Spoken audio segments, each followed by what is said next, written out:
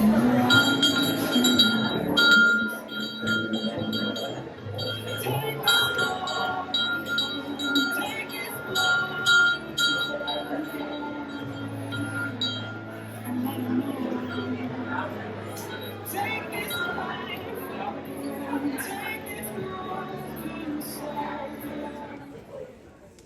afternoon and welcome to our day of remembrance, our day of celebration of Tim Ryan.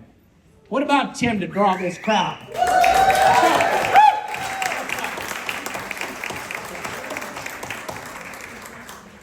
Just like Tim to do this, to bring us all together one more time.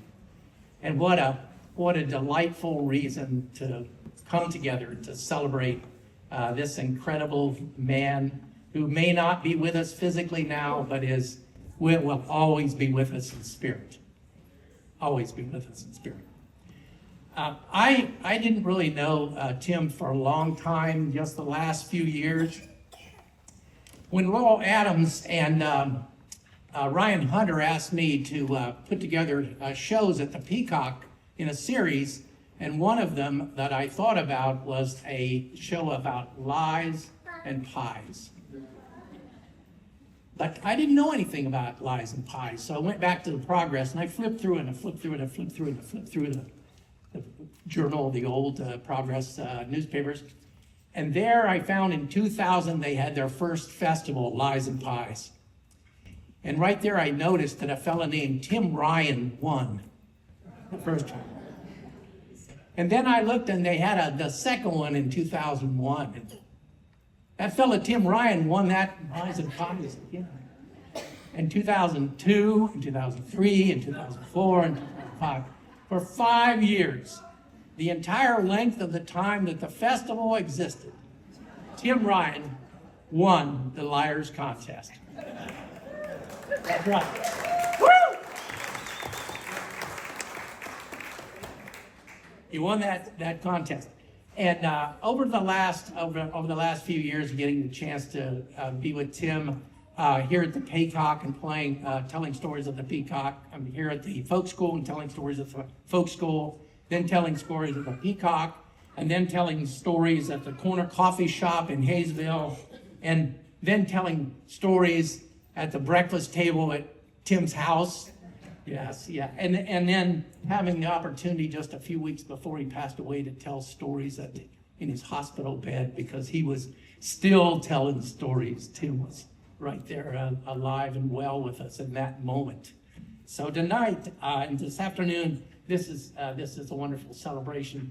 You know, I looked up some things, folks, most of you know, and we kind of, Sue Brown and I kind of summarized this, and when we were with Corey and Ruth, that Tim loved words, right? He loved words. And you all are connected to Tim, I know, in some way by the words that he loved. Whether you played Scrabble with him on an afternoon, or whether you listened to one of his stories, or maybe he loaned you one of his thousands and thousands of books. Yeah, but he loved words. Or you played Scrabble with him. Wow. I found out that the highest scoring word in Scrabble only gives you 1,784 points. Okay.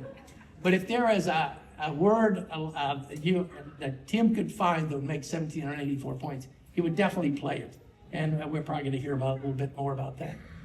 The work study program, the work study staff, young people that came, they were a part of Tim's life for 20 years of making them breakfast on a Sunday morning. And it didn't matter really whether you were in work study or graduate work study. If you got invited to Tim's house, you didn't have to call to tell you were coming, you just needed to show up, which was just a wonderful thing. So the last thing I'll say about that personally, although I'll probably wander off here a little bit from time to time, was as an auctioneer, Tim really affected my life. Yeah, and maybe all of your lives if you've ever been to an auction with Tim.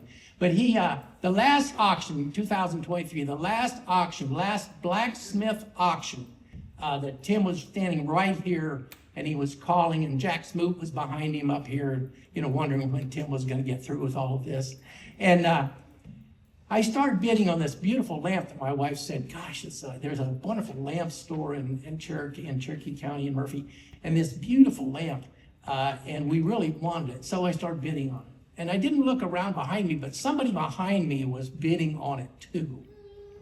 And of course, Tim was egging them on, and Tim was egging me on, egging me on. Well, it turned out that Darcy Holdorf was the one bidding behind me, okay? But I did get that lamp. I did. And it's actually, we took it home and put it in our living room, and every morning I light it, or every evening as it gets dark, I light it again. And that lamp is a wonderful part of my life. But I will say that I paid 500% more than the retail price because of Tim Ryan.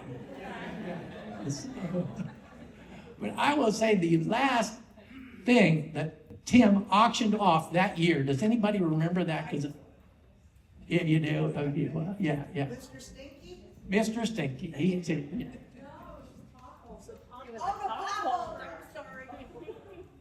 No, it was the $35 pair of extra large underwear stamped hammer in for the blacksmith, and we're going to leave that with the folk school tonight.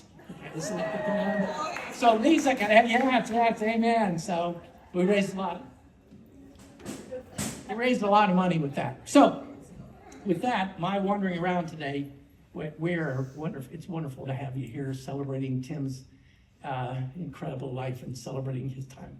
And so we want to start out with a place right here. We want to recognize this beautiful place where Tim spent so much of his life, where he affected so many people's lives, with two important people that were in his life. And that's Bethany Cheney, the executive director, and also Jen Davison, who just made an incredible difference in Tim's life and him in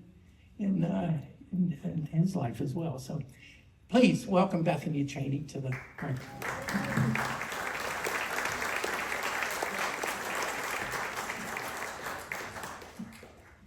Hi, everyone. I just want to thank everyone who, whether you came from a really faraway place like Texas, or just down the road to celebrate Tim's life. This is a really full room, and representative of all decades of Tim's life and decades of his world here at the folk school. And there are hundreds and hundreds more who couldn't be here today. Most of them work studies who broke bread with Tim in his house every Sunday while they were here, and heard all of those lies while eating some pies and everything else that may have been made on that Sunday. Tim leaves behind so much goodness in those people that he touched on those Sundays, or the students that he touched in the studios, the staff here that he rubbed off on, and the landscape here that he absolutely changed and beautified, the buildings that he helped to build, both with his hands and really with his heart and his resources. We're so grateful to Tim for all that he has left us, all those good things. I didn't know him for very long. Some of you knew him for 30 years, maybe more. I knew him for 3. But in that time, I feel like I learned enough to understand just how, first of all, important he was to people here in this room and to the folk school, but also to understand how important the folk school was to him. And this came to life in some unfortunate ways. I happened to be director when at that last auction, Tim's last auction. That was an ending, for Tim. I was director when he started to pull out some ponds that he had so painstakingly with a class dug around the dining hall, and that was kind of an ending for him. And I didn't like being part of those endings, but with every ending there is kind of a beginning too, right? And Tim and I had some conversations about that, about how people who come to the folk school and learn and contribute in so many ways and become part of the fabric here and feel like this place is their home, how much our identities become wrapped in this place. And even if something does become undone, it's not an end, it's really just the evolution of that place. And nothing should be thought of as being taken away from one when there's change in a place like this. We had really good conversations about that, and I always appreciated Tim's ability to thoughtfully place himself in the continuum of life, of the earth, of this place. His humility, even against his pride, was probably the strongest, right? So something that was very familiar about Tim when I first met him, I grew up in the South, and so if you've grown up in the South and if you were born in Tennessee and you've heard that Tennessee diction for a long time, and you've had a professor that might have sounded like Tim, or wore glasses like Tim, or told stories like Tim, he felt like a very familiar person, right? A very familiar Tennessee gentleman is what I used to call him, even though I don't think he considered himself that. But there was something always familiar to me about Tim's heart as a Southerner, as one who recognized all of the contradictions of being both a Southerner and a progressive heart, right? And I think that familiarity was really highlighted when we had a conversation about Wendell Berry, which was just about every time I would talk to him, he'd raise his name, right? Wendell Berry was one of his favorite writers, but we all know he was very well read. In fact, the first time I met him for real, I had heard about Tim for about a year before I actually got to meet him, and he invited me over to his house. And he said he just wanted me to see the book collection that he had of all the nature studies books that he wanted to eventually leave to the folk school. And he wanted to make sure I understood just how many there were. And so I went over to the house, and about 4 hours later, I finally got to the tiny house where all the nature studies books were. It took that long to get through all the other rooms, and for him to share what these collections were, what he had read, which collection he had not actually read, but he fully intended to read them someday. But I was always embarrassed that I didn't know about half the people that he did that wrote the books on his shelves. Anyway, there were shelves and shelves of poetry of all kinds, and Wendell Berry was amongst his things. And I wanted to read to you. I was studying on Wendell Berry and grief. And there's a wonderful short poem that he wrote called The Peace of Wild Things. People know that? I've seen some heads nod. The Peace of Wild Things. When despair for the world grows in me, and I wake in the night at the least sound, in fear of what my life and my children's lives may be, I go and lie down where the wood drake rests in his beauty on the water, and the great heron feeds. I come into the peace of wild things, who do not tax their lives with forethought of grief. I come into the presence of still water, and I feel above me the day-blind stars waiting with their light. For a time, I rest in the grace of the world and am free. I will remember Tim very fondly.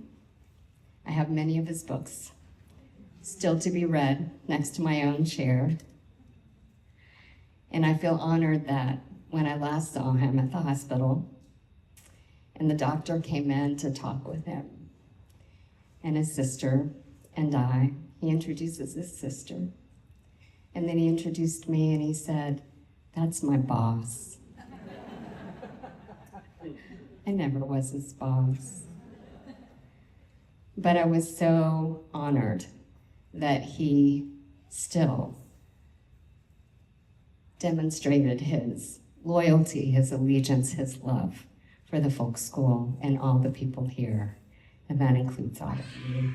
Thank you very much for being here. Jan Davidson, would you kindly relieve me so I can cry? Thank you.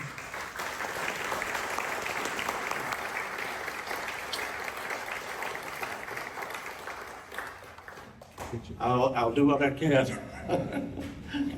Well, it's great to see so many of you. Some I haven't seen for a while, and many I've thought about more than you would imagine. Tim and I had a lot of fun. We had a lot of interesting things happen to us, and a lot of them had to do with waving your arms around. Those of you who worked with me at the folk school knows that is the first step, or one of the first, in creating a new building, throwing the whole system into some kind of other phase where you have to raise money and you have to find people to build it and all that sort of thing. First thing though is you go out,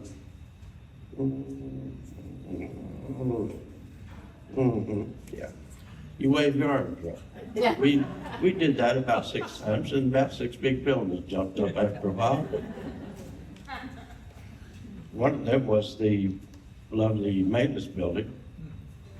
I remember, after looking at the road systems, the septic, the electric, and the telegraph, the train lines, and all that, we determined that was the place it needed to be. But I said,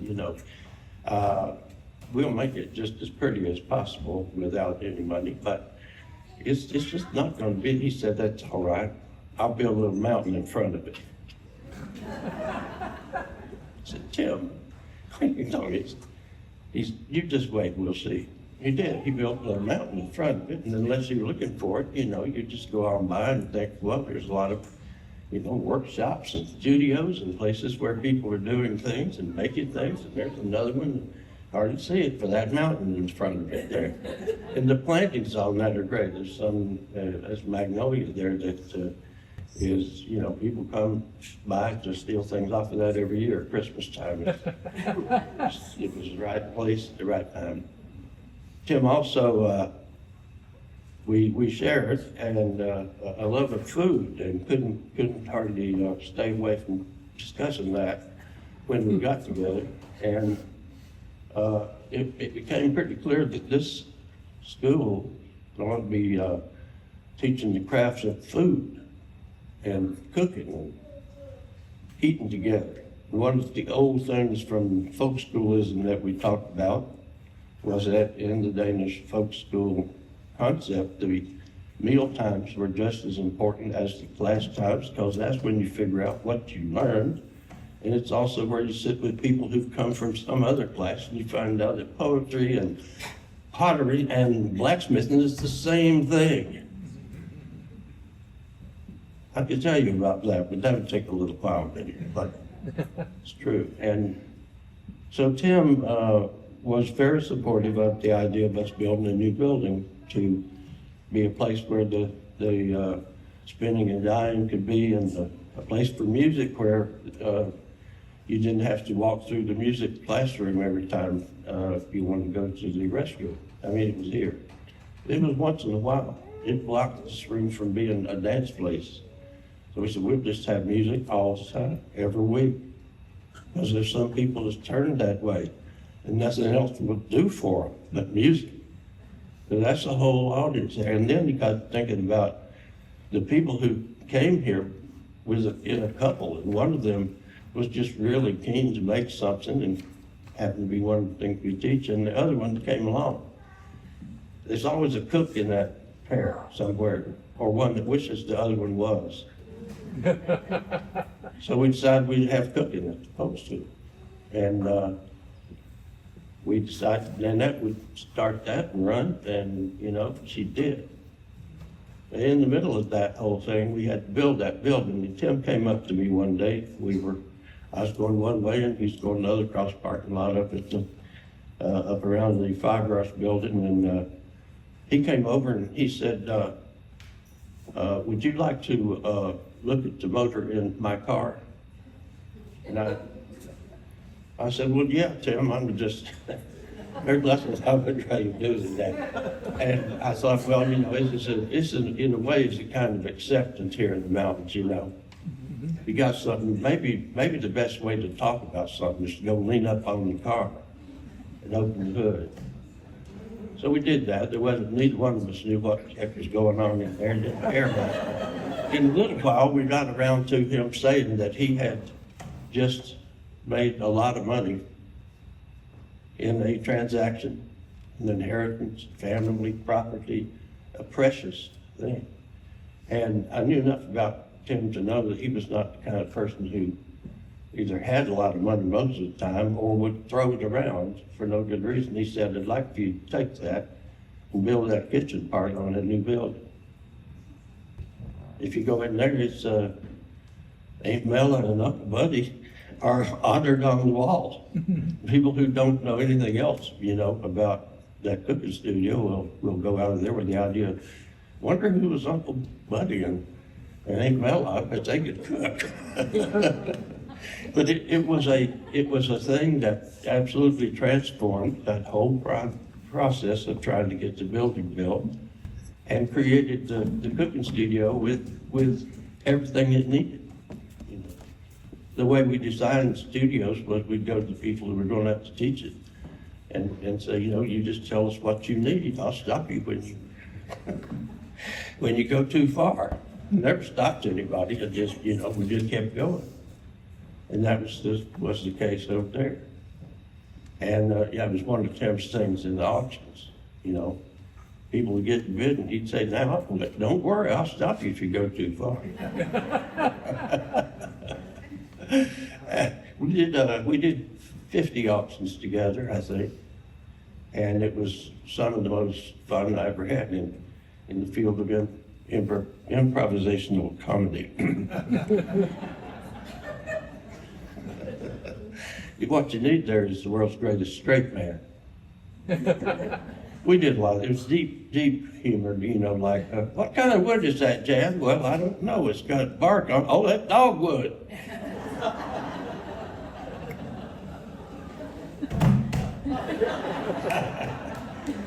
You know, the other thing that happened was that Clay Logan and Gilbert Nicholson and a few other people got 13 different agencies in 2 states and 3-4 counties together to work on Little Brasstown Creek. It was lovely. It was straight as an arrow. Probably had been fixed by some government grants in the past to be straight as an arrow, because then you could have cows and you could grow corn right up to the edge of it and spray it with every damn thing in the world. But it was full of silt. It had a terrible bottom in it. It was so full of silt, there was almost no life in it. And so they modeled a stream that was that long and had that much fall, decided how many meanders it had to have in it, and then they came and built that. And Tim and I and Gilbert talked quite a bit about the fact that this was going to open that part of folk school, which was beautiful, but mostly nobody went there. And we figured if people went there, they would fight for it.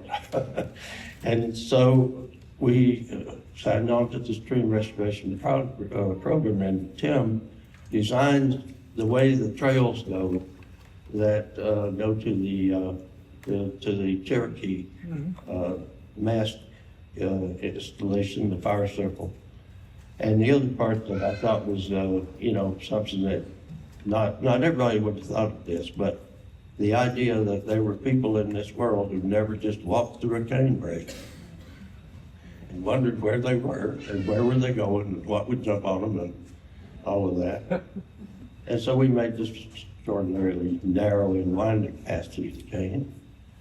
And a lot of little touches around the campus were done by Tim over the years. That was a big one.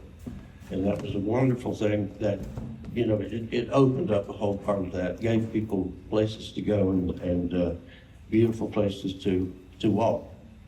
Because one of the things, if you're here at the folk school for a week with all these wonderful people, well, if it's me, I'd have to get away from them once in a while.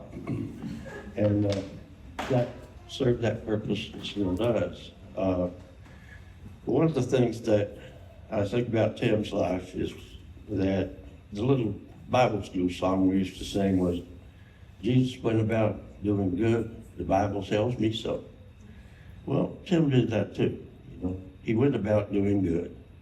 That's pretty hard to beat if you were trying to figure out what were you doing with your unusual talents. Anybody here think Tim had unusual talents? Yeah. And one of the things that he would say in an auction when people hadn't quite gotten as far up as they should, he would say, the value's still there. Yes!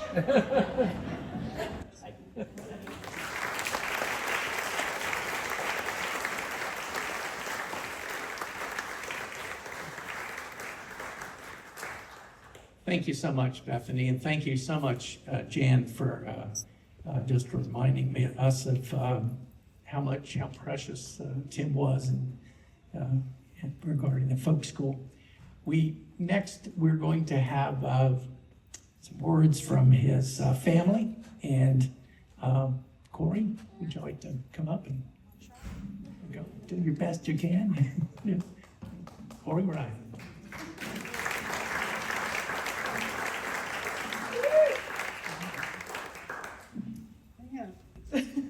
We'll see if I get through this. My dad always loved a big audience, so I'm sure he'd be thrilled. And he also would have loved that dessert table. Since my family and I live in Austin, Texas, those of you that live here, his friends and everyone from the folk school, really were the family that took care of him these last years. Those Sunday brunches meant more than you guys have any idea. They're how he made people feel at home, and a way to just connect with his community. So he nourished our bodies, never full of grandeur, but with sincerity. There's so many artistic people here, incredible people with huge hearts.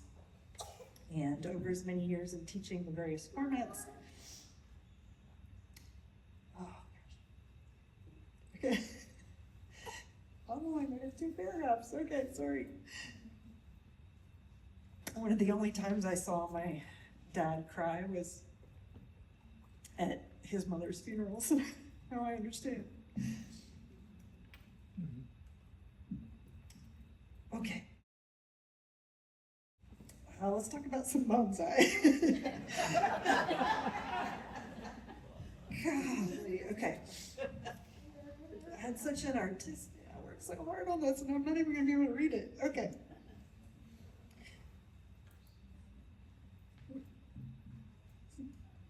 I'm sorry, guys. It's okay. No worries. I don't know if I should stop or. Okay. Okay, I'm gonna try one more time, and if I can't do it, then I'm gonna go sit down. Okay. My dad was a creative force who made his own rules, lived deliberately and authentically. I think it's why I need a little comedic break. He valued simplicity, independence, so much so that I didn't know things were going downhill because he didn't want me to know. And harmony with nature. Anyone that's been to his little cabin knows it's a special, special place. You could say that he marched to the beat of his own handcrafted oxygen tank gong. He did not follow the crowd. He followed his curiosity. And he inspires others to do the same, especially myself. I always called my dad Papa. Growing up with Papa was like stepping into a choose your own adventure novel. Every summer I would get about a month or two to hang out with him, and whoo, you never knew what you were stepping into. But I was like, all right, it's gonna be a fun summer. So I might be pickling vegetables with my grandma. I might be stirring a cauldron of dry ice while he's putting on the show. I was the free assistant just because I was around. If you haven't seen his show, it's part stand-up, part vaudeville. I encourage you to maybe Google on YouTube if you can find some videos and see it. But we would go around to all the neighbors and collect their beer bottles. And we would take them home, soak them in the tub with some soap, scrape off the labels, and reprint out the Dr. Ryan's elixir labels. And he sold empty, used beer bottles to people for a lot of money. And people put these on their shelves empty. And that always blew my mind. But like he says, Dr. Ryan's elixir will fix her. Or he had me digging irrigation trenches. That was one summer. Feeding rabbits, milking goats, breeding German shepherds. And then one winter I showed up over Christmas break. He was like, oh boy, I got a surprise. You're gonna like this. I walked onto the back porch and there was the biggest cast iron cauldron that I've ever seen in my entire life. I have no idea where it came from. And he had rigged it up with some Bunsen burners under the bottom, and he turned it into a hot tub. And Chapel Hill's not a big city, but I was from Chapel Hill half the year, and I was like, that is craziness right there. And we used it for a while until too many people burned their feet on the bottom. He wasn't just a character, he was also a constant. He showed up to Austin for my 30th birthday and we were partying. We got a karaoke bus with like a disco ball and we were bar crawling. It was kind of crazy. And he had made best friends with every single person on that bus by the first stop. He took over the karaoke microphone for a while, and every single one of my friends that met him on that trip asked me about him all the time. Like, one night made quite an impression on a lot of people. Then we took his lifelong wish was to go to Ireland to see the home of the Ryans. I'm so thankful that we were able to do that. It was, I think, probably the trip of his lifetime. I was going through his stuff this week. I found his passport and the only stamp is Ireland.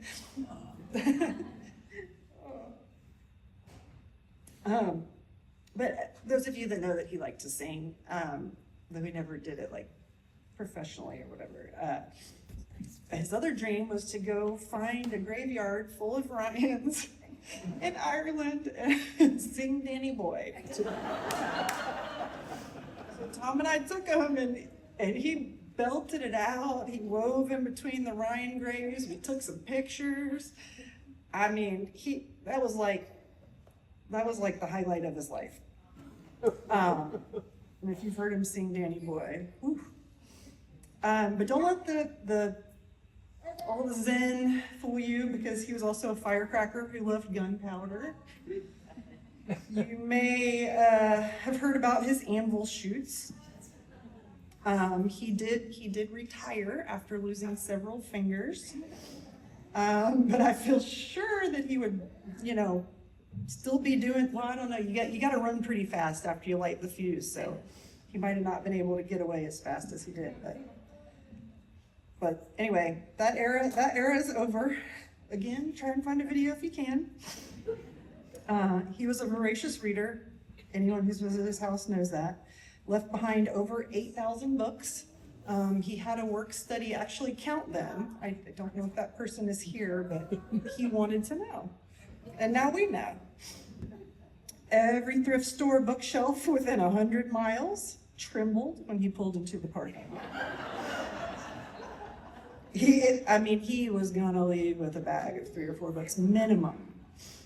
And the books that he had stacked on his floor were the ones that he had yet to read. And these were filed away in his, system, which was not a labeled system, by the way. The people that have come over looking for books this week.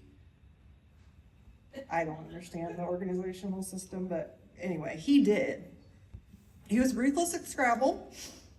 These Scrabble boards you see up here are from his house. We brought them. There are stacks of Scrabble boards behind the Scrabble boards that are on display, and would like to gift them to anybody here that would like them. Please take one home and think of him when you play. Whew.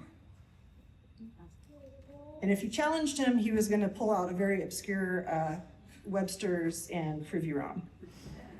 I think Sue might have won an argument, but I never did. He showed us that curiosity is a lifelong muscle. Learning does not end with school.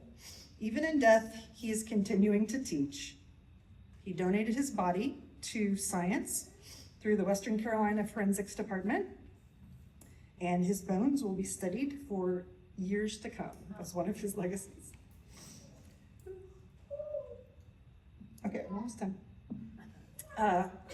Last week was my birthday, and for as long as I can remember, I get a call and a song and a flower delivery from my dad.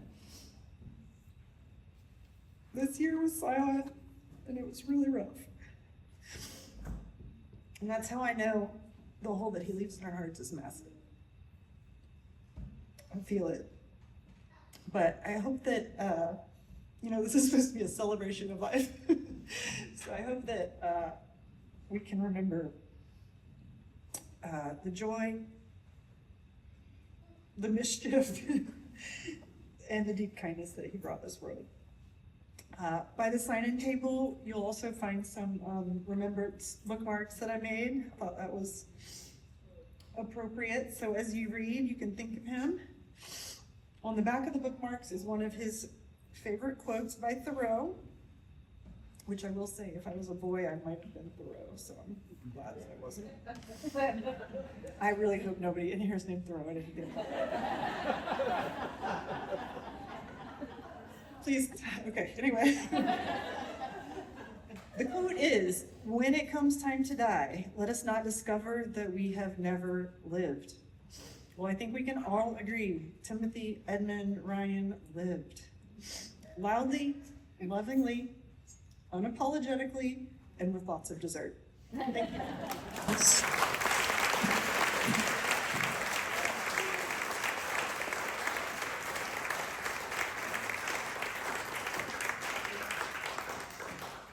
Ruth, Steve, Sister Ruth.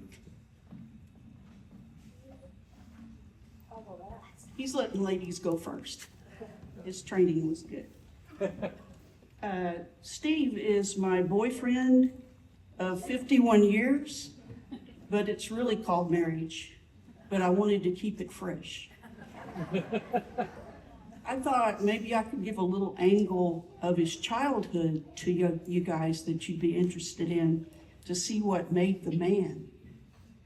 See, I remember a little blonde-headed boy riding down South Morgan Street in Russellville, Kentucky, in a green go-kart with all the fury of a 10-year-old. I remember him playing with me on a homemade swing set that my dad had made of pipe, real pipe.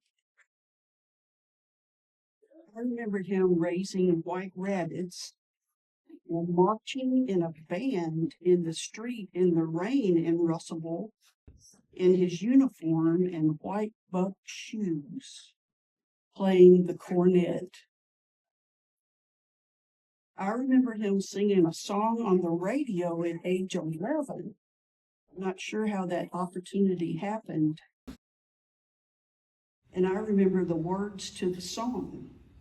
In the middle of an island, in the middle of the ocean, just the monkeys and the palm trees, in a paradise for two.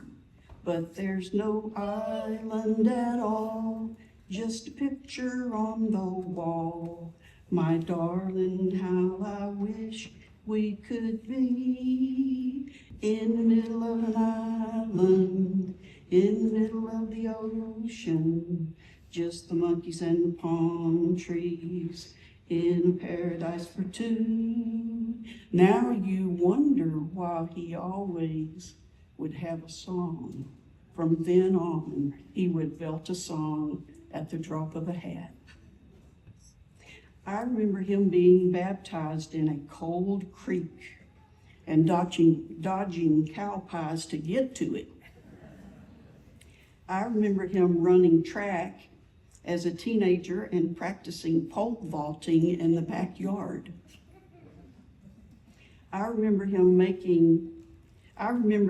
as a child, about 11 or 12, having a chemistry set, and she talked about Bunsen burners. He had a Bunsen burner which has a flame like a candle, and he set the curtains on fire in his upstairs room in Russellville, Kentucky. And we all screamed fire, and Dad wetted a towel and ran upstairs faster than I thought he could run and put it out. As an older teenager, he made synthetic rubber with his chemistry set for the science fair. I remember him leading singing in a country church, teaching my Sunday school class to my embarrassment. I remember, and I'm thankful because he was my brother, Tim Ryan. As for his character, I can testify that he was a good boy who became a good man. If you ask me why he fed dozens of neighborhood cats, all I could say is we rarely had a dog growing up, but we always had a cat. If you ask how he became an excellent teacher and mentor, I can report that he began early, starting with his sister. I remember as a teenager, it was his birthday, December 9th, that I bought him a fountain pen. That was the thing back then, to have these new fountain pens. And he asked me where I got the money because he knew I was pretty poor. And I told him the truth, that I had borrowed the money from Mom. He kindly said, "Sister, bring me back the pen when you've paid her back." And I did. In regard to the folk school, he said to me that at one time in his life, this folk school virtually saved him. I would like to end with a poem that reminds me of him, and I read this to him, but I really almost quoted it to him. And maybe in your past, if you're of a certain age, you may have heard this poem, but it reminds me of his character. It's called Abu bin Autumn, a person's name. And the first line says, Abu bin Autumn made his tribe increase, awoke one night from a deep dream of peace, and saw within the moonlight of his room, making it rich and like a lily in bloom, an angel writing in a book of gold. Exceeding peace had made bin Autumn bold. And to the presence in the room he said, "What writest thou?" The vision raised its head, and with a look made of all sweet accord, answered the names of those who love the Lord. And is mine one? Said Abu. Nay, not so, replied the angel.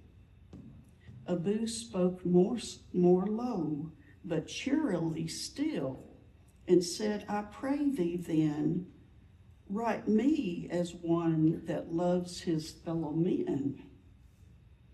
The angel wrote and vanished.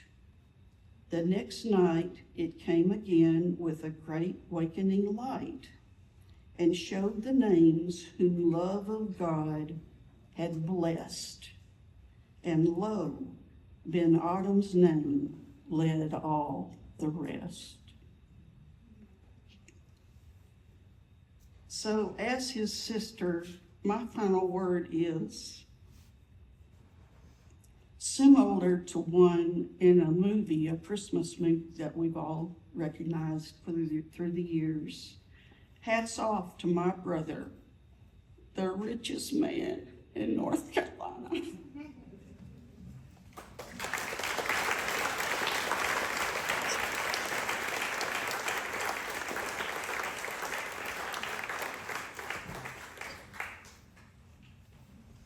Well, good evening, and on behalf of the family, we do thank you for your presence this afternoon. When I speak, which is not too often, I do make notes, and I do not stray from my notes. If you've ever been to a meeting and someone kind of goes off a rabbit hole, they're not sticking with their notes. So I'm going to try to do that today, but if I do run off, Ruth will gather me back in. What words will you use to describe Tim Ryan? First of all, son, brother, papa.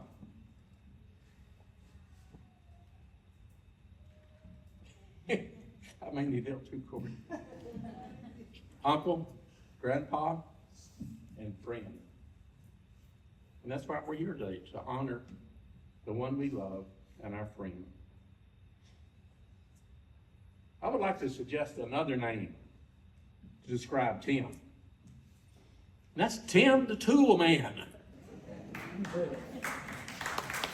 Tim the Tool Man. Now you may recognize that term from the sitcom from several years ago, Home Improvement. You know, Tim Allen portrayed Tim himself, I guess. It's kind of a bumbling, couldn't do anything right. Everything blew up on him. And the only confidant he had was a man that we never saw, Mr. Wilson. But that is not the Tim that we know. Tim was a master craftsman in many, many fields. A master craftsman. Tim did have a lot of tools. I found that out yesterday.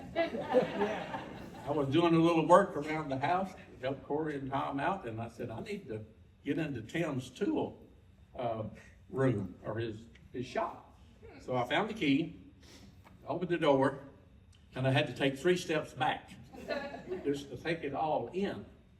And that is only equaled by the number of books that he had.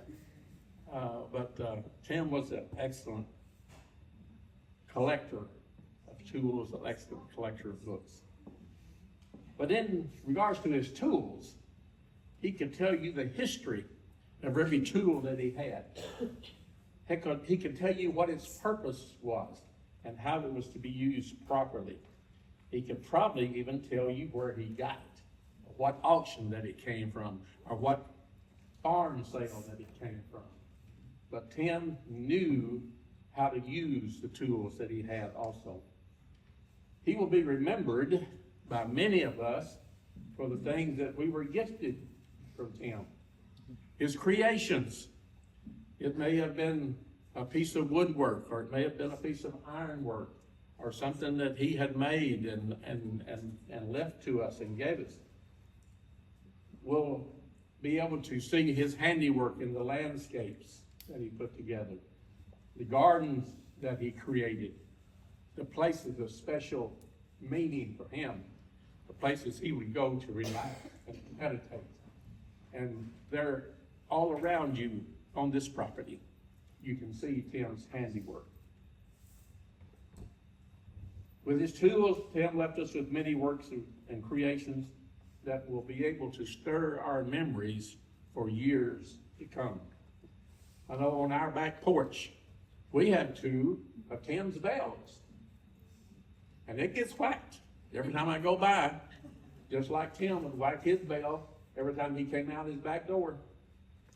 You may have one of those bells, but I encourage you to give it a whack every time you go by, just to remember Tim. But Tim had other tools, which he acquired from a very early age. Tim grew up in a loving family, simple, hardworking people of the land, farm folks. The Ryans had been in South Central Kentucky since the Revolution days, or maybe a little bit before. They came with what we call, in Middle Tennessee, we call them the Long Hunters. They came across the mountains. They came into the Cumberland Valley, and they carved out a place for themselves. In Tim's case, his family was in Logan County, Kentucky. Some of his relatives are here today that still reside in Logan County. But they were farm folk. They were simple people.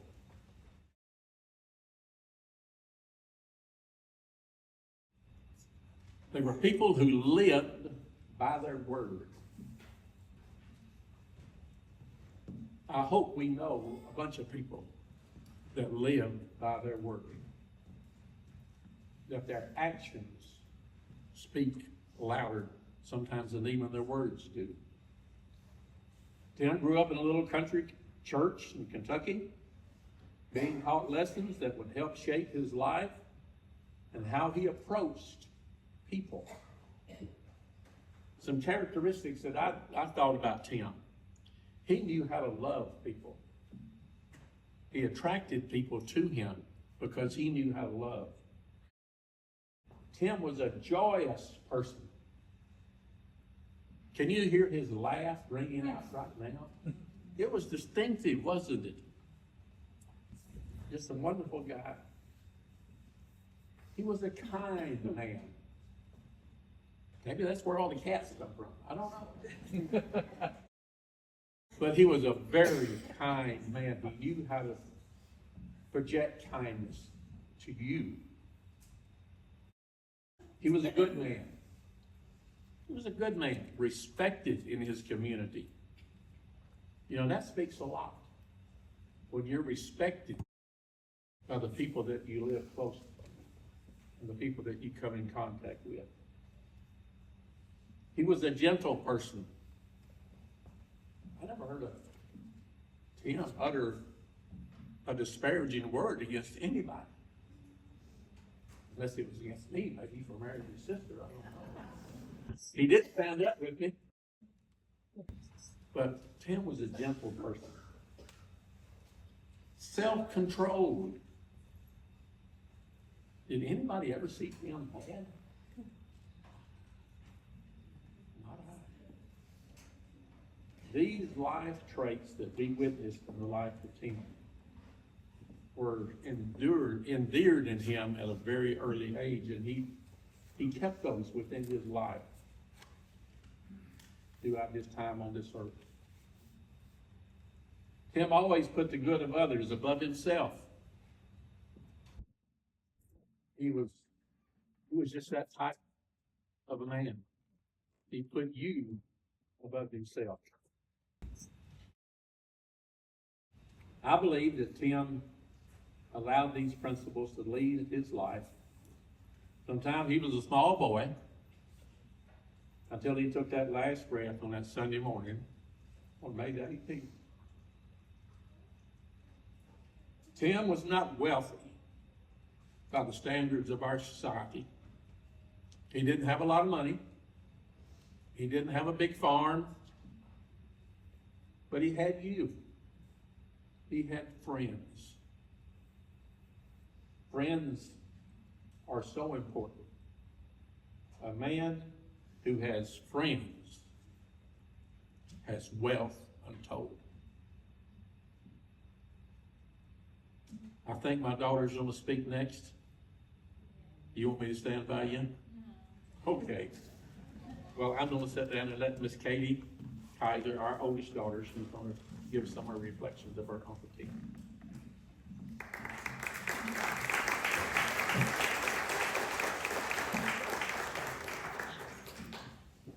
Well, who wouldn't want to have Tim as an uncle? He was the coolest uncle ever. So cool. So me and my brother and sister were very lucky to have him as an uncle.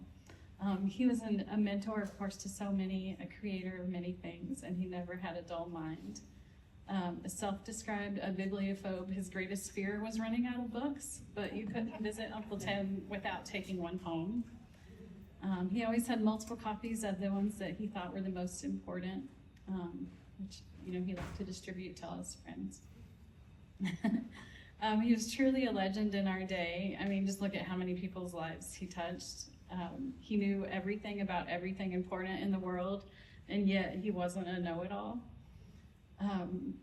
From a young age, Uncle Tim had a hand in shaping my life, and I'm really grateful for that. I think he could tell at one point that I was turning into too much of a city girl, so I came out for a week too and stayed with him out at the farm with Corey. And after that week, I had a new appreciation for the value of groundwater, because the water didn't just flow in the pipes out there, you had to conserve. I was not used to that. And of course, of preserving the environment, and he taught me about gardening. And back then I didn't love it because I was afraid of all the bees, but he definitely planted that seed, and it became something I was really passionate about as I got older. And he taught me that if you have good tools, that you need to take care of them if you want them to last a long time. If his shovel broke, he didn't just go to Home Depot and get a new one. He knew how to fix it and repair it, and that was something that I took away. Taught me about social justice, and that it was important to stand up for everyone's rights. And I always really respected about how he used to be so involved in civil rights stuff back in the day.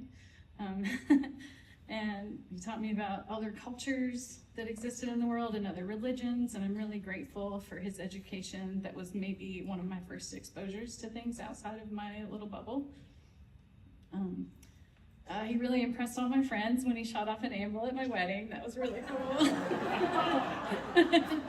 I was so honored that he shared that with us.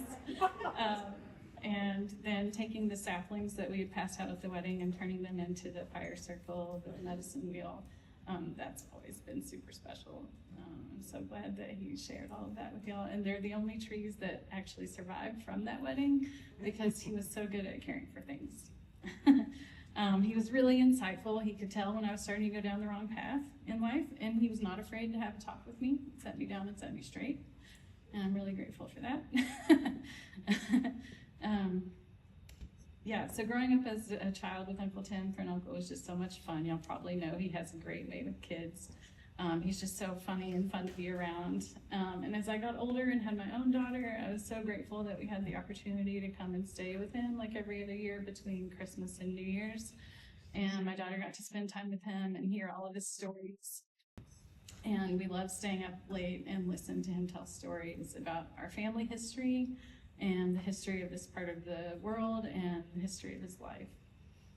He said that before Aster was born, my daughter, he was just a so-so uncle. Mediocre, yeah. But after she was born, she made him great.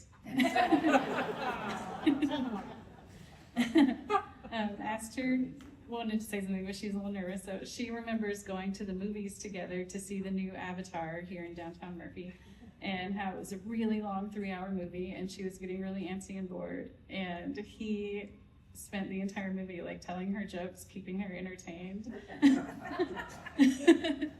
That's totally what he would do. So our world is most certainly a better place because he was in it, and we are all so lucky to have been in his world.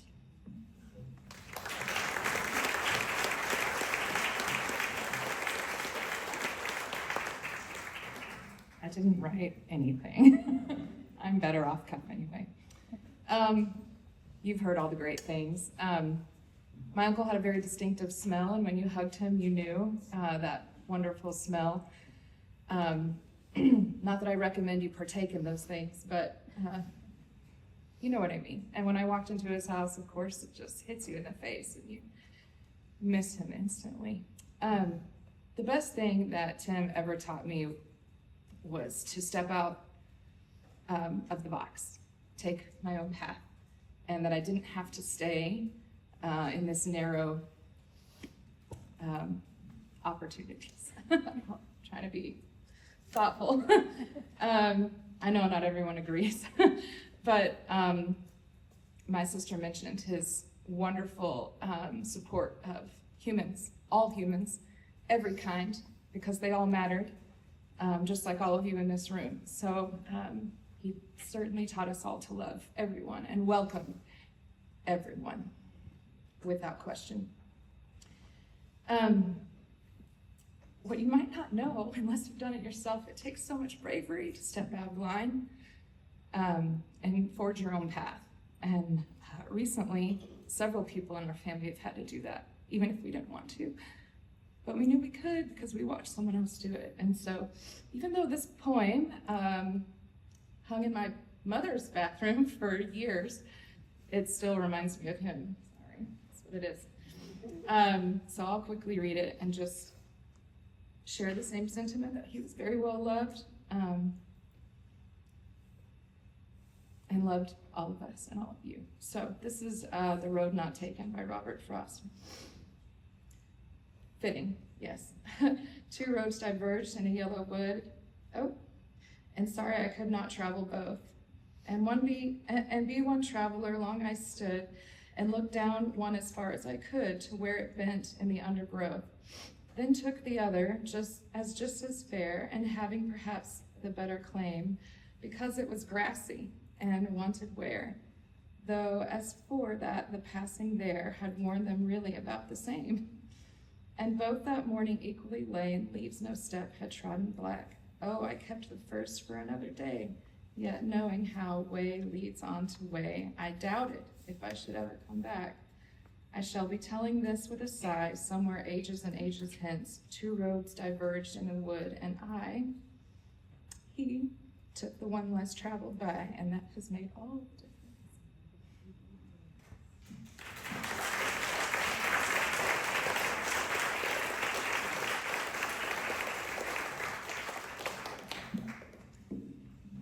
Thank you so much for sharing with us your family memories of Tim.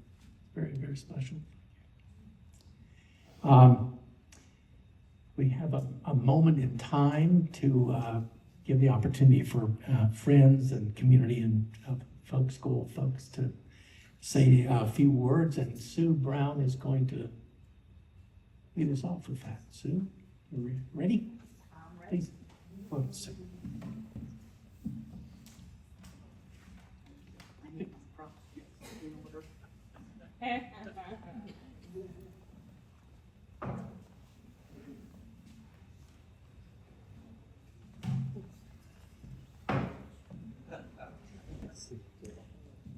An Appalachian treasure, ramblings and remembrances of Dr. Tim Ryan. Soon after moving here to Brasstown over 7 years ago, I first met Tim as the folk school's auctioneer at one of their gala fundraising events. Who was this legendary character that could glide prices up without even a bat of an eye? Using his charismatic showmanship, his lilt was contagious, almost chant-like, a song with a quick and quirky beat.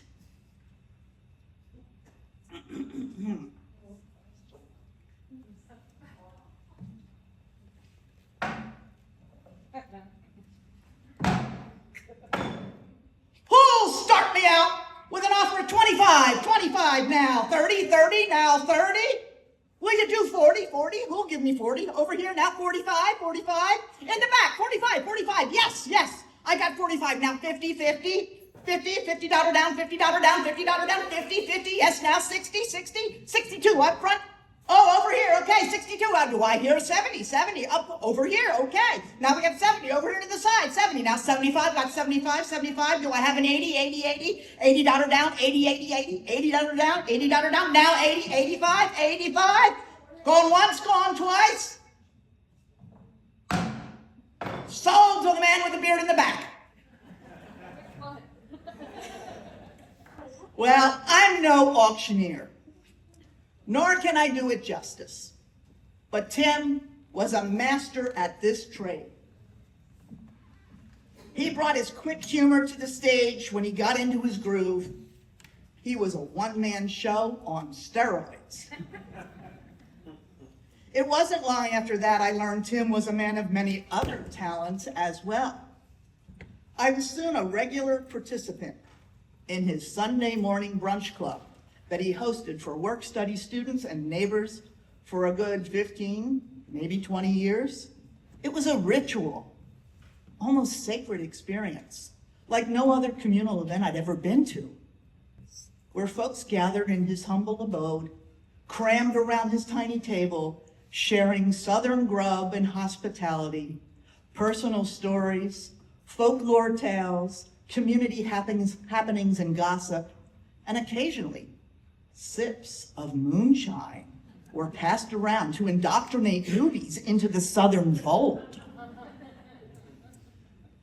Book tours of his extensive library were provided to all newcomers and guests, usually left with a few books under their arms, as he would so graciously give them. Part of his tour also included a stroll around his property where Buddha statues lurked behind bushes and trees, and his repurposed handmade gongs that hung from random hooks on every porch and eave were struck with pride as they resonated their melodic tunes. Frequently, Tim would distribute other token treasures and trinkets to his newly formed friends, such as pocket knives, flashlights, journals, umbrellas, bandanas, lighters, or other bulk items he'd accumulate on his thrifting excursions during his weekly shopping sprees. Generosity oozed from his pores. I can't think of a better way to build community than through sharing a meal and camaraderie, and I always brought a covered dish or two to share at brunch. But I soon realized that my own version of Meals on Wheels, others know me as Suma Hoochie, was much appreciated by him throughout the week as well. Tim had a soft spot for treats. But a good home-cooked meal was obligatory before I allowed him to indulge in satisfying his sugary cravings. He had his favorite indulgences, which always included his beverage of choice. Sun Drop, of course.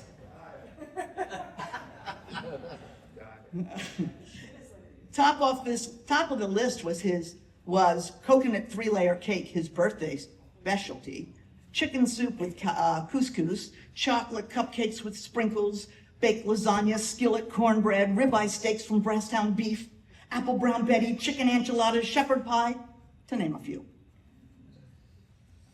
I told him I had a fictitious list of recipients that I made regular meal deliveries to. He always wanted to make sure that he remained number one on this list of mine.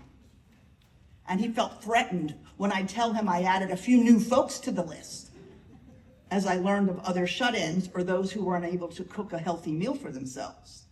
Even through COVID, I managed to keep this meal drop-off a steady habit. It was Tim who introduced me to the Old Man Store in Murphy, otherwise known as the grocery outlet. It'll stretch your dollar more, he had assured me. Why did he call it the Old Man Store? Well,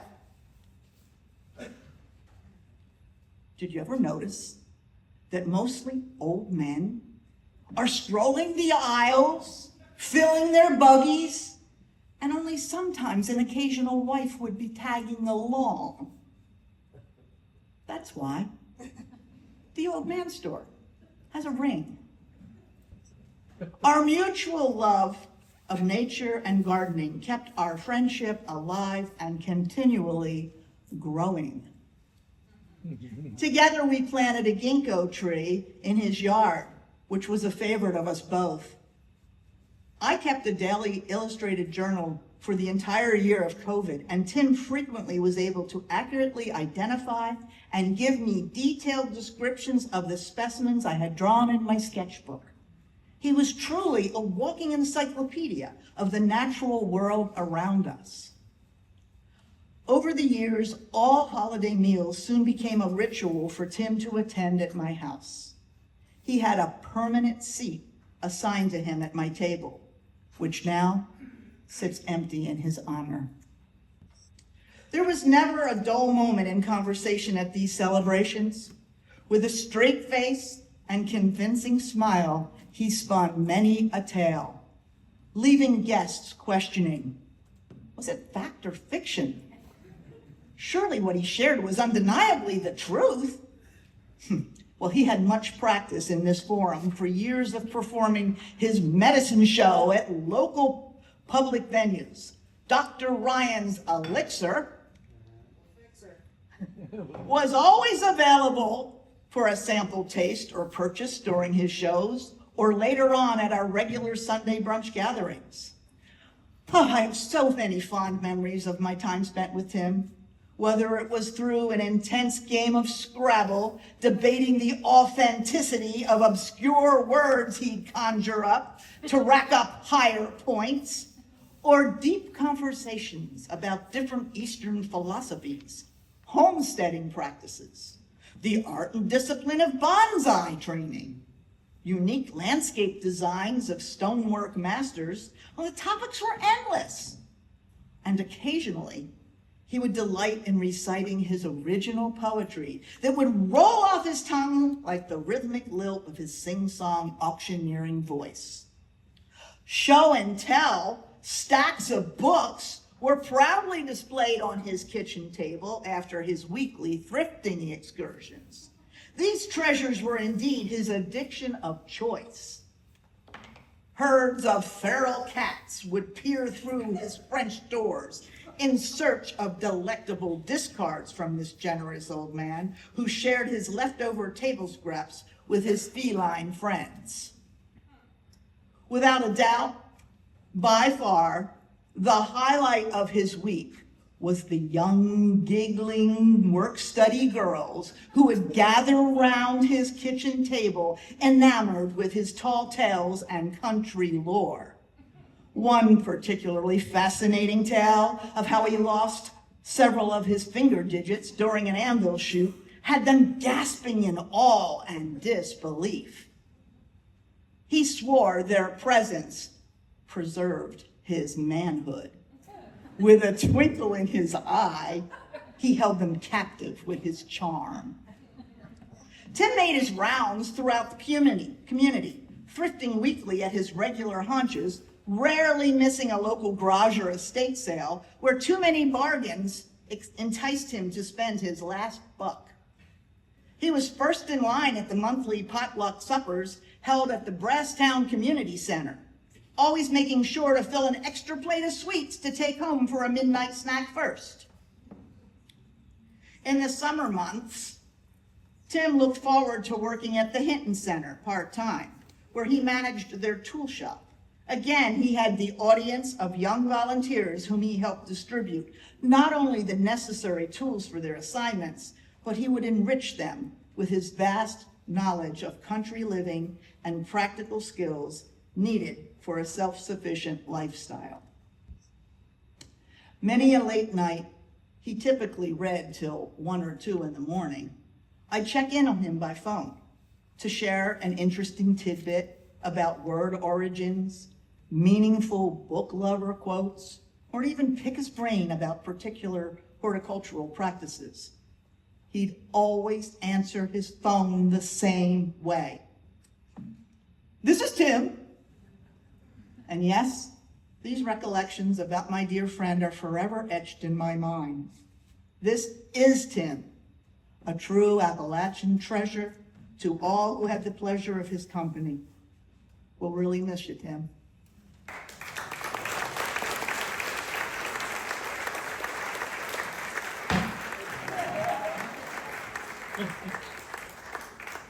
Wow.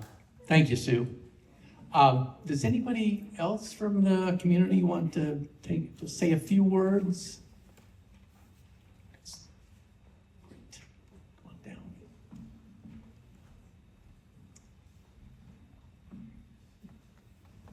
Hello, everybody.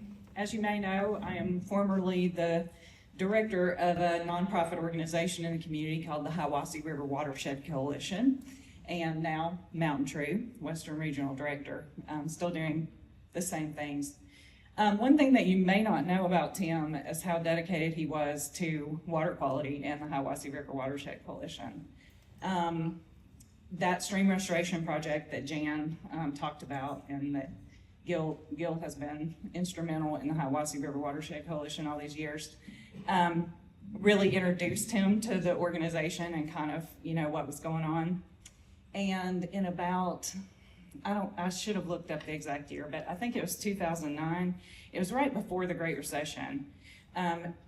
Another person in the community named Tom Bennett had suggested and helped us establish a kind of gala event that's a dinner event with auctions and things. And Tim was our auctioneer for that as well. And many of you have attended galas, and so he wasn't just the Blacksmith auctioneer, he was the Watershed Gala auctioneer as well. And one thing that I would add to Sue's description of the auctioneering, and I don't know if this ever happened at the folk school, it's probably much too fancy an event to do at the folk school, but at the Watershed Gala, if he was having trouble getting somebody to come along, he would say, okay, how about $80.56?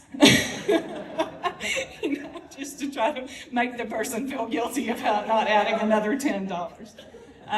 We had a lot of fun, but the main thing is that that event started right before, as I mentioned, the Great Recession, and that recession was very difficult on all small nonprofit organizations, probably the folk school as well, although I wasn't involved with the folk school at that time, but it saved us. That event saved us, and a lot of the draw for the auctions, and as you know, the raising of the money at the auctions was really due to Tim, and so we have a lot of gratitude. But anyway, we had a lot in common. My dad was a preacher, and I grew up in organized religion and church, and we had lots of conversations about that and other spiritual things. He was a very spiritual person, even though he wasn't, necessarily participatory in the organized religion aspect of things. And we also are both cat people. We were both in the band, and so we had lots of conversations, and I really adored him. And so another way that he supported the Watershed Coalition is about, 18 years ago, we started hosting what's called an alternative break project. And so college kids will come here instead of going to the beach on spring break, and they will help us work on our stream restoration projects, removing invasive plants, plant trees, live staking, whatever we need done for the week, basically. And we're still doing this. And when we got involved in it in the beginning, we were kind of taught how to do a good alternative spring break to attract more schools.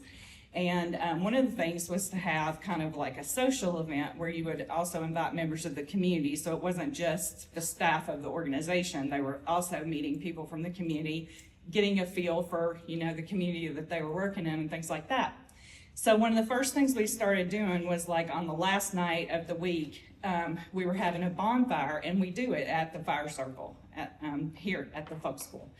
And Tim crafted benches for that fire circle. I don't know, he may have created the whole thing. I don't really know how that thing came about. But anyway, he crafted benches down there, and he would come out, and we would have 4 or 5 spring break weeks, and he would come out each time and tell everybody about the folk school and tell stories and, you know, around the fire and everything. Y'all know how much he loved young people and that experience and mentoring them and everything. And so that was a really cool thing for us too. So I just wanted to share the part about the Hiwassee River Watershed Coalition and his great support and how much he taught me and us about running an auction and doing the things, and it will be a long legacy for our organization going forward. So thank you.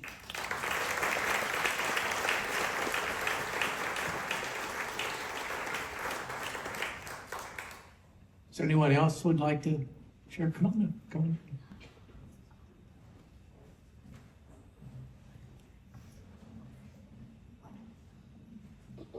My name is Claire. I'm one of the many aforementioned work studies, not one of the giggly ones though, but a beneficiary of many brunches. As a writer, my relationship with Tim was always understandably characterized by words. And for 15 years, he would say to me, "Come on down, live with me for a while, write my biography." And I wanted to, but life is rarely so forgiving as to give you a year that you could go and write a friend's biography. But I managed to scrape together money and carve out time much more often than I realized as I was looking back. And I spent a lot of time with Tim writing that biography anyway. So I wanted to share today 3 of the words that stand out when I think about him. The first is generosity. The first time I showed up at Tim's house, I had never met him. I was overwhelmed, I was underfed. And he looked at me and he said, "I've bought you a knife." And he showed me the knife, and it's this beautiful carbon switchblade. I still have it. It's still the best knife I owned. And I was really stunned by that I was a complete stranger to him. He didn't know me, but he looked at me and said, that young woman could use a good knife. And I knew that was when I was gonna like him. I had heard the phrase Southern hospitality throughout my life, but I hadn't lived it until I met Tim. And I spent all of those Sunday brunches and late evenings with him. We were both night owls, so we would keep gabbing well into the morning hours. Tim was a kind of generosity that you don't find often in the world, and I feel sometimes like is getting rarer. And so I feel very privileged to have known him so that I can have that blueprint going forward to know what that generosity looks like. The second word is grace. I'm a pretty awkward person. Awkward moments are as frequent and inescapable in my life as mosquitoes are, but I never had an awkward moment with Tim. And I noticed that nobody else seemed to either. And the reason for that was that he was so willing to sacrifice himself on the altar of awkwardness to save you from it. A lot of rough edges walked through those doors, but he would sand all of them down into something smooth and beautiful. And he was very willing to take a gouge out of himself in the process. The third word is peace. Something that has always struck me as beautiful about him was how at peace he was, both with the goodness of the life he had lived and with the inevitability of his own death. And as a young person, when I met him, death wasn't really on my mind, but he was the one who greased the tracks to let me start thinking about it, because it's really never too soon. I spent a lot of evenings by that stove in his living room, reading a book from his shelf while he smoked his pipe. And I learned to take such joy out of the ordinary little moments. And because I couldn't get down here as much as I wanted, our conversations on Facebook Messenger were the connective tissue of our friendship. And I wanted to share one of them a brief one with you today.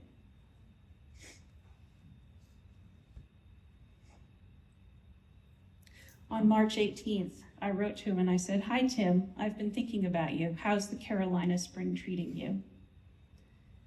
He wrote and said, "I'm behind on Facebook. The world is treating me well, and the spring season especially well. At 76, you never know when you may be doing something for the last time. It adds extra appreciation and sweetness." And here too was that premonition, because that was the last text that he ever sent to me.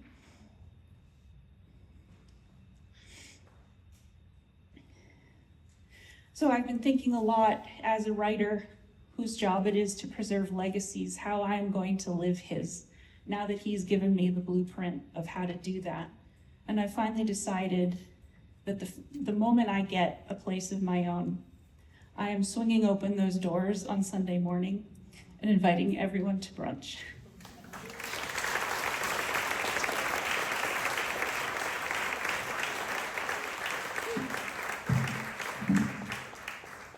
Thank you. Thank you.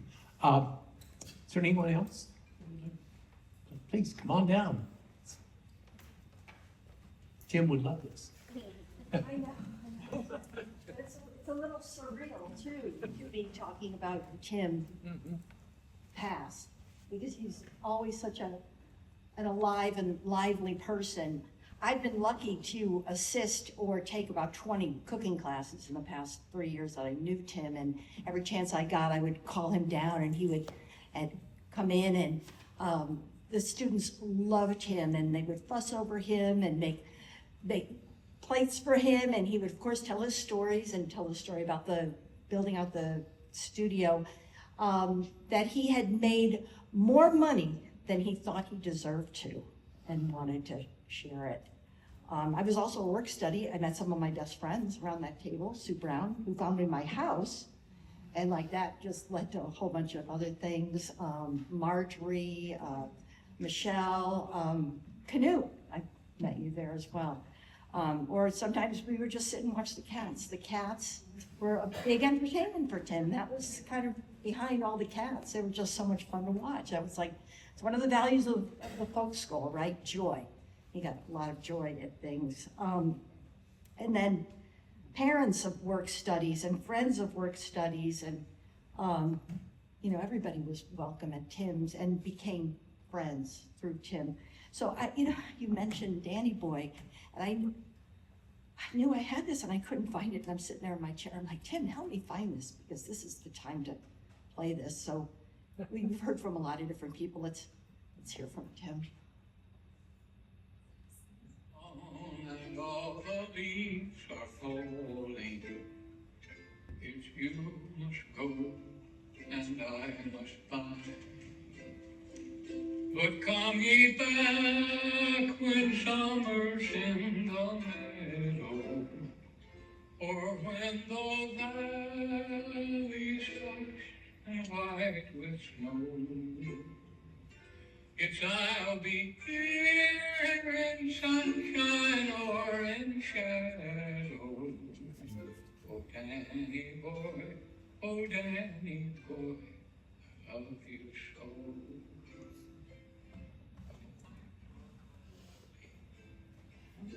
Been to climb down the mountainside. The summer's gone and all the leaves are falling. It's you must go and I must find. But come ye back when summer's in the meadow, or when the valley's flushed and white with snow. It's I'll be here in sunshine or in shadow. Oh, Danny boy, oh, Danny boy, I love you so.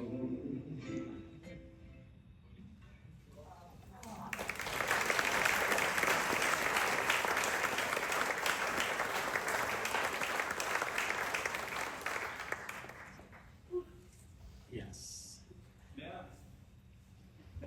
Yes, yes, sir. No, please, please.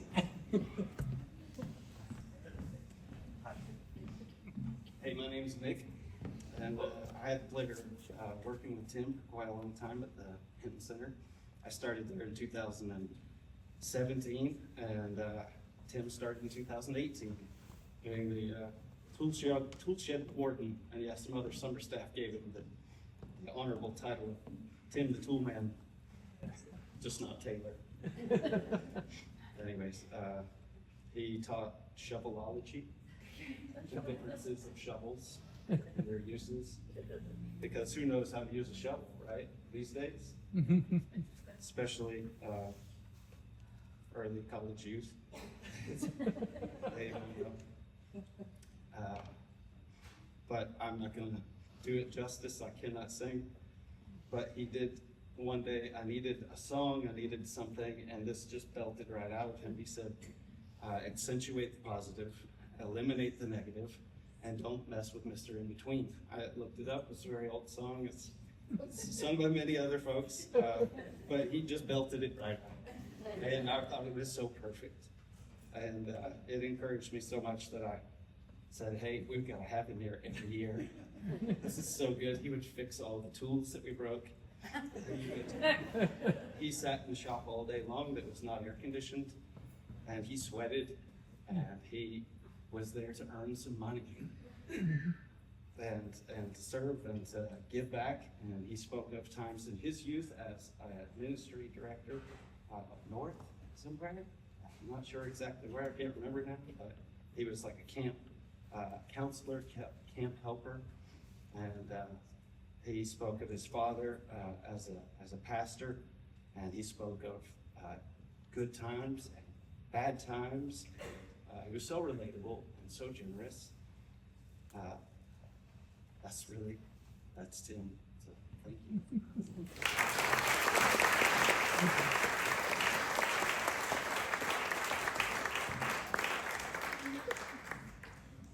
Yes, come on down.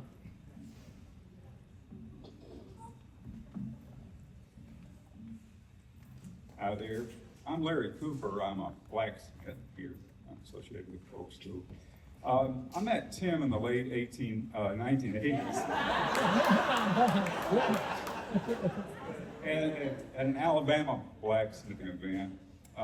And for years, it seemed that every such event I attended, he was there too.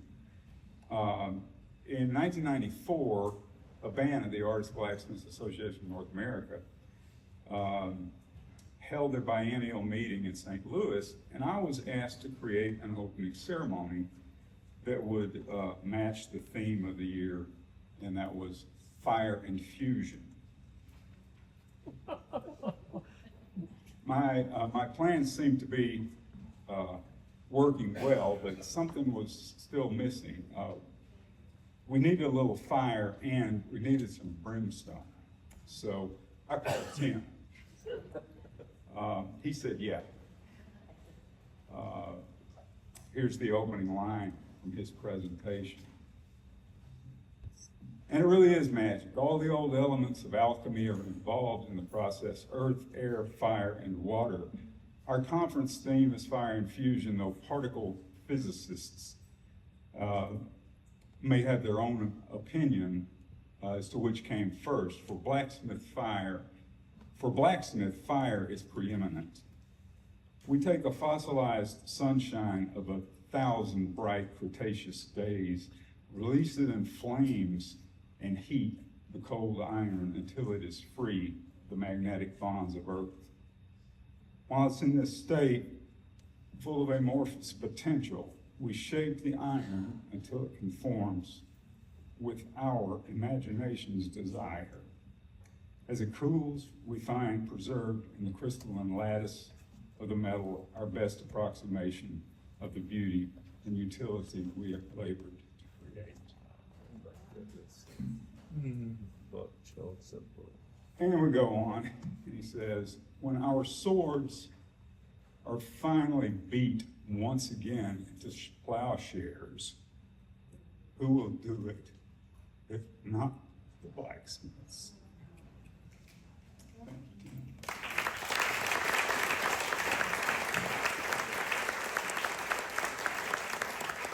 And if anyone would like to see this, it has that article, and if you'd like to take a photograph.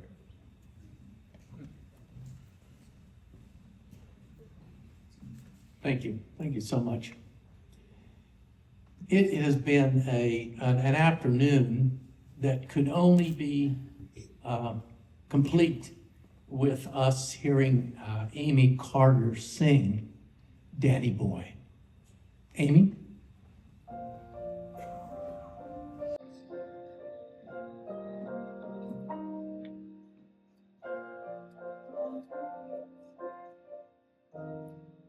Oh, Danny boy, the pipes are calling from glen to glen and down the mountainside.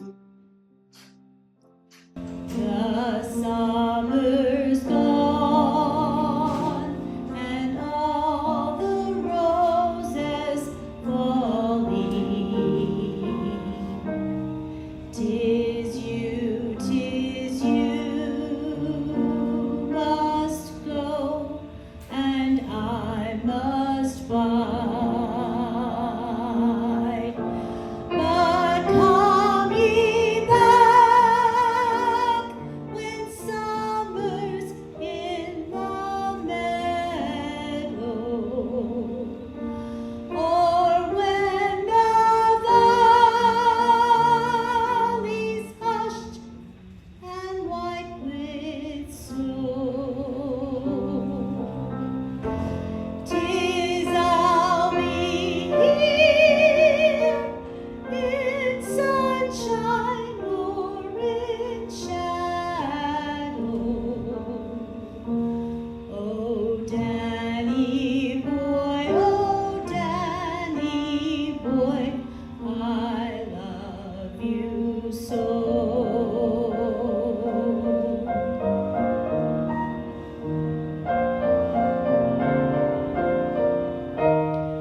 But when you come and all the flowers are dying, if I am dead, as dead I well may be, you'll come and find the place where I am lying, and kneel and say an Ave there for me, and I shall hear thou soft dew tread above me, and all my grave will warmer, sweeter be. And you will bend and tell me that you love me, and I will sleep in peace until you come to me.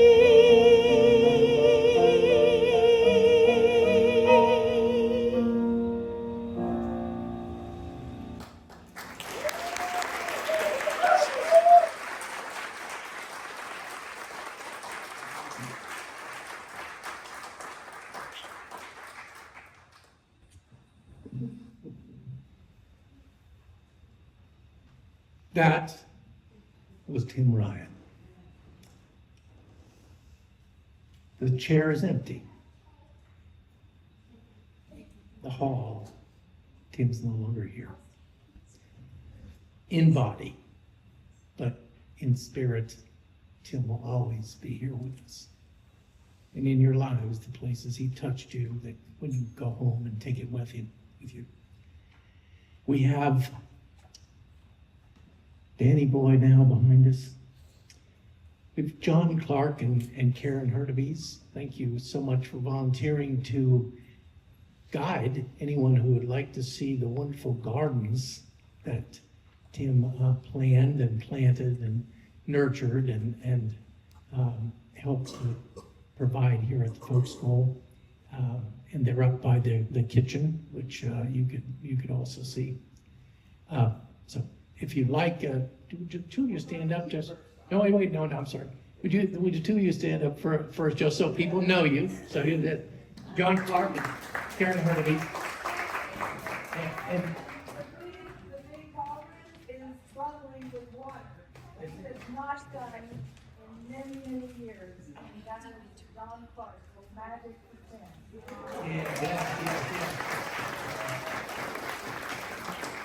So look for them, and if you would like to go up and see that. And we want to have Sue come up for a moment. Sue has been instrumental in working to make this day happen. And we are going to have a wonderful supper tonight for any of you who want to stay at the broad of the dish. And Sue is going to lead us in a blessing.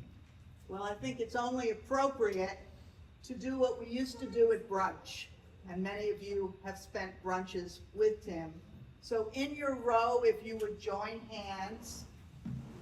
And the tradition was that Tim would start a squeeze going clockwise until it got back to his other hand. But we can't possibly do a circle with all the feet.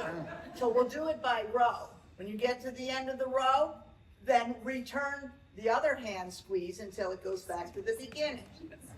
And in essence, that's sharing the love in both directions and in all directions, because that's what Tim stood for, sharing the love. So, if you're at the end of an aisle, begin the squeeze and pass it, and then let it return to you. Go ahead, begin.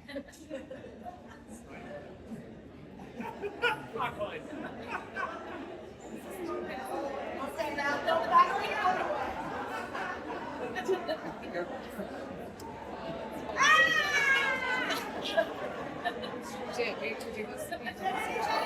Get a double squeeze.